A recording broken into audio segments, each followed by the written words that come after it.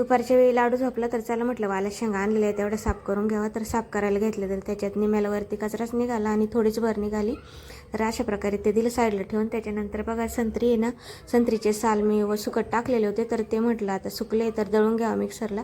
तर मिक्सरमध्ये मी बारीक करून घेतली, चाळणीने चाळून घेतली, त्याची पावडर बनवली आणि बरणीमध्ये मस्त स्टोअर करून ठेवलेली आहे. आणि मस्त त्याचा सुगंध पण येत होता त्या पावडरचा खूप. तर तुम्ही पण करता का असं मिक्स भाज्या?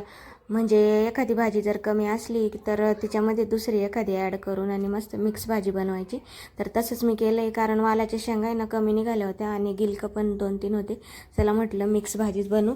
तर त्याच्यासाठी बघा कढईत तेल टाकलं, जिरे मोहरीची फोडणी दिली, लसूण हिरव्या मिरच्या टाकून मस्त परतून घेतल्या, हळद टाकली आणि मीठ टाकलं, कोथिंबीर टाकली आहे. नंतर ते पण मस्त परतून घेतलं आणि वालाच्या शेंगा आणि गिलकं मस्त परतून घेतलं. परत झाकण ठेवून कमी गॅसवरती शिजून घेतलं. Bye bye.